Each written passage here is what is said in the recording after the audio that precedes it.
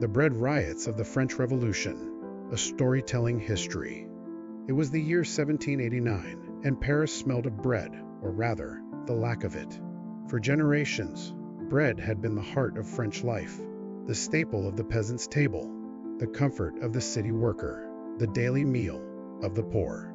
But now, the bakeries stood nearly empty, their counters lined with only a few hard loaves, and the hungry crowd outside grew restless. A loaf of bread that once cost a few sous now swallowed half a day's wages. Families tore apart their meager meals, mothers breaking small hunks of bread into tiny pieces to quiet the crying of their children. The harvests had failed, the weather had been cruel, and the king's government, burdened with debts from wars and extravagant court life, seemed blind to the growling stomachs of the people. Whispers ran through the streets of Paris. If there is no bread, then let them eat cake. The phrase, falsely attributed to Queen Marie Antoinette, was not what she truly said, but it spread like wildfire. To the poor, it captured the arrogance of Versailles, the palace where nobles feasted on roasted meats and sugared delicacies while peasants starved in villages only miles away. And so hunger turned to anger, and anger to riot. In France, bread was not simply food, it was survival. The average worker consumed nearly 2 pounds a day. To the poor, bread was life itself. Without it, they had nothing. In the spring of 1789, when the harvest had failed and grain supplies ran short, the price of bread rose to astronomical levels. In Paris, where thousands of laborers depended on daily wages, the price meant catastrophe. A worker might spend 80–90% of his earnings just to buy enough bread for his family. And if one day's wages failed, the family went hungry. The people crowded into markets, clutching their coins, only to find empty shelves or bakers guarded by soldiers. Rumors of hoarding swept through the city. Nobles and merchants were accused of storing grain to drive up prices, while speculators were said to be profiting from the misery of the poor. Hunger gnawed at both belly and mind. Starvation bred suspicion, and suspicion bred rage. Paris in 1789 was a city of contrasts. On one side lay opulent mansions, salons of philosophers, theaters where the elite debated Enlightenment ideas. On the other side, narrow streets overflowed with the poor, who huddled in dark rooms and begged for food. It was in these cramped alleys that the first riots began. Women mothers desperate to feed their children took the lead. They stormed into bakeries, demanding bread at a fair price. Some carried knives, others wooden spoons, and many carried nothing but fury. One account tells of a woman who stood outside a bakery, clutching her baby, shouting, "Bread! We want bread!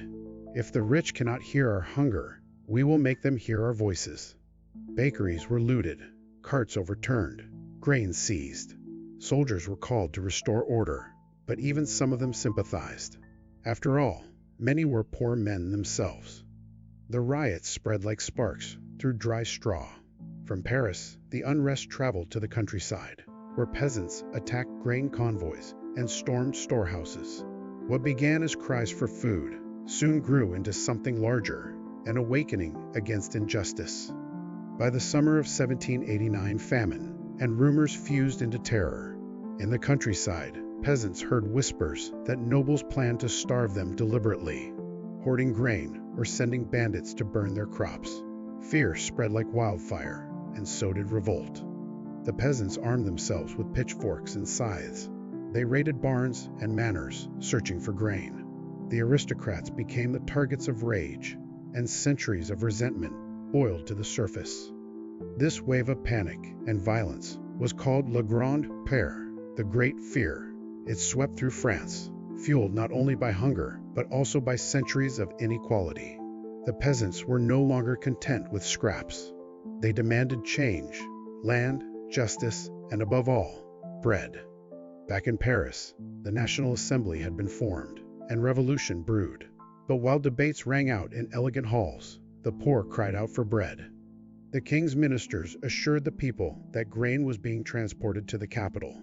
But the convoys were slow, the supplies insufficient. Each day, Women lined up outside bakeries, sometimes for hours, sometimes all night, waiting. Each day, the shelves emptied too soon.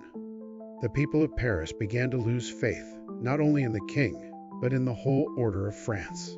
What good was a monarchy, they asked, if the king could not feed his people? What good were nobles if they consumed wealth while the poor starved?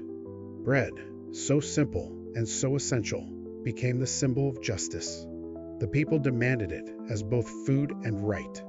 On October 5, 1789, Paris awoke to a storm. Rain poured down, but hunger pushed the people forward. Thousands of women fishwives, laundresses, servants, mothers marched through the streets crying, "Bread, bread for our children." Their voices swelled until they became a tidal wave of anger. Armed with pikes, broomsticks, and whatever they could find, they marched from Paris to the Palace of Versailles, nearly 12 miles away.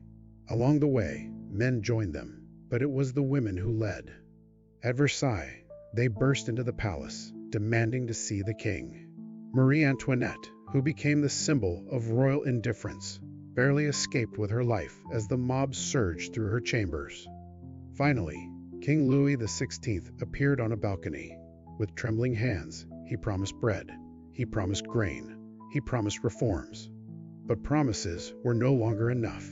The crowd insisted the king and his family must return to Paris, to live among the people and feel their hunger. Reluctantly, the royal family was escorted back, surrounded by thousands shouting, "We have the baker's wife, and the baker's boy."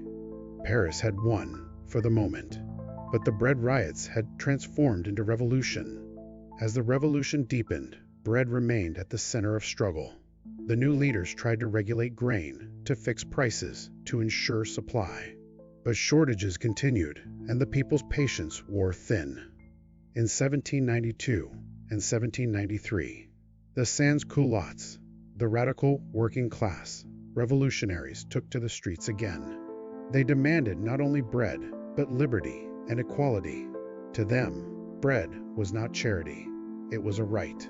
The revolution is not finished until every man has bread, they declared. The guillotine rose in Paris, and with it, fear. But hunger still haunted the people. Even as kings and nobles fell, the cry for bread never ceased. The bread riots were not merely about hunger. They were about justice, dignity, survival, and power. A simple loaf of bread became the spark that ignited one of the greatest revolutions in history. The revolution would change France forever, abolishing feudal privileges, dethroning a king, and declaring the rights of man. But it began with the most basic need, food for the people. In the words of one revolutionary, "Without bread, there is no liberty. Without bread, there is no equality. Without bread, there is no fraternity." Epilogue: a lesson from hunger. History remembers the guillotine, the speeches, the battles, and the rise of Napoleon. But behind all of it was hunger, the empty stomachs of millions who could no longer endure. The bread riots of the French Revolution remind us that revolutions do not begin only with grand ideas. They begin with human needs unmet. They begin when mothers cannot feed their children, when workers cannot afford their daily meal, when promises of kings taste like ash compared to the gnawing of hunger. And so, the story of the French Revolution is, in many ways, the story of bread.